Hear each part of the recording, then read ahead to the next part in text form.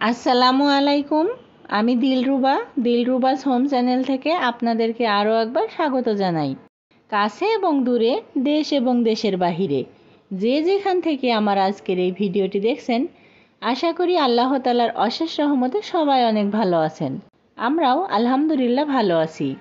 আজ আমি আপনাদের জন্য নিয়ে এসেছি হাঁসের মাংসের রেসিপি। অনেকেই হাঁসের মাংস অপছন্দ করে, খেতে চায় না, বলে হাঁসের মাংস দিয়ে নাকি বাজে একটা গন্ধ আসে। মূলত তাদের জন্যই আমার আজকের এই রেসিপি।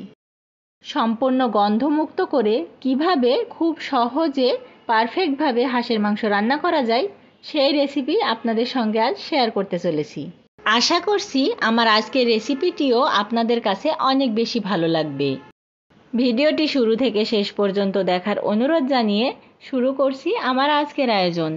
প্যানে কিছু গোটা গরম মশলা নিয়েছি এখানে 10-12টি মতো শুকনা মরিচ, 2 টেবিল চামচ পরিমাণ জিরা, 1 টুকরা জয়ত্রী, 8-10টি মতো ছোটো এলাচ, 10-12 টুকরা দারুচিনি, 3 টেবিল চামচ ধনিয়া, 1 চা চামচ গোলমরিচ, নিয়েছি 3-4টা তেজপাতা আর ছোট ছোট 2 টুকরা জয়ফল।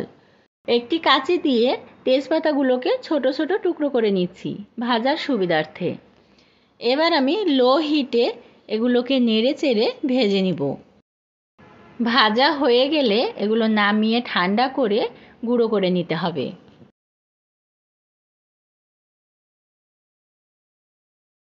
চলে এসেছি এবার মূল রান্নাতে। চুলাতে একটি প্যান দিয়ে তার মধ্যে দিয়ে দিলাম 1 কাপ পরিমাণ সরিষার তেল। আপনারা এখানে সয়াবিন তেলটাও ব্যবহার করতে পারেন। তেলের মধ্যে দিয়ে দিচ্ছি 1 কাপ পরিমাণ পেঁয়াজ বাটা। এখানে অবশ্যই বাটা পেঁয়াজটাই ব্যবহার করতে হবে। একটু নেড়ে চেড়ে মিশিয়ে তারপর এর মধ্যে দিয়ে দিব আমি ছোট সাইজের 2টো টমেটো বাটা। এটা অবশ্যই দিতে হবে। টমেটো পেঁয়াজ 1 মিনিটের মতো একটু ভেজে নিয়ে এবার এখানে দিয়ে দিচ্ছি আদা রসুন পেস্ট। এখানে 4 টেবিল চামচ পরিমাণ আদা রসুনের পেস্ট আছে। তারপর যতক্ষণ না পর্যন্ত এর কাঁচা গন্ধটা চলে যায় ততক্ষণ পর্যন্ত ভেজে নিতে হবে। তারপর এখানে এবার দিয়ে দিচ্ছি আগে থেকে আমি যে মশলাটা তৈরি করে রেখেছিলাম সেই স্পেশাল মাংসের মশলাটা।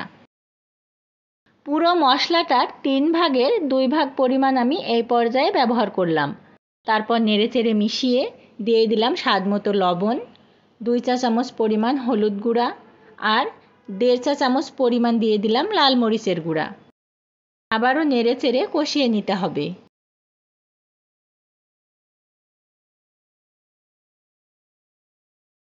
এবার এখানে দিয়ে দিব আমি হাঁসের মাংস। এখানে আমি 2টো হাঁস রান্না করছি।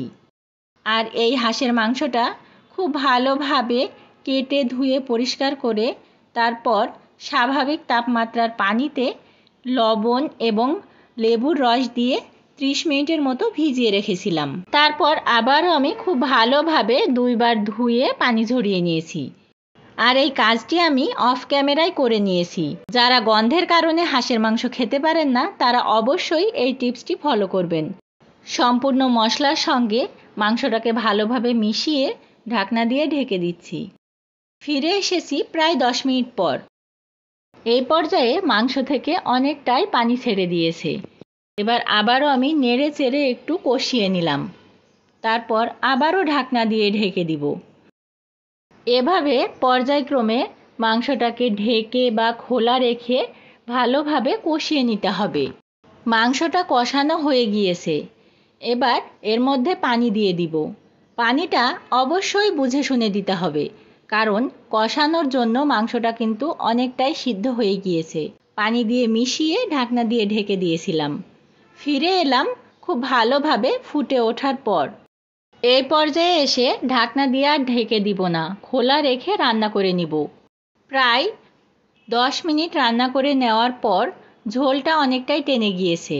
7-8টি মতো আস্ত কাঁচামরিচ দিয়ে 1 মিনিটের জন্য আমি একটু দমে রেখেছিলাম। এবার এখানে দিয়ে দিব স্পেশাল যে হাঁসের মাংসের মশলাটি তৈরি করে রেখেছিলাম তার বাকি অংশটুকু দিয়ে খুব ভালোভাবে নেড়েচেড়ে মিশিয়ে নিতে হবে। তারপর ঢাকনা দিয়ে ঢেকে চুলার হিট একদম লোতে রেখে 10 মিনিটের জন্য মাংসটাকে দমে রাখবো।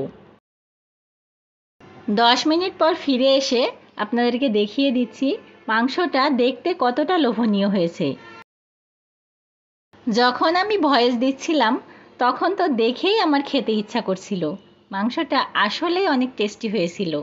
আমার আজকের এই রেসিপিটি যদি আপনাদের কাছে ভালো লেগে থাকে তাহলে ছোট্ট একটি লাইক দিয়ে দিবেন।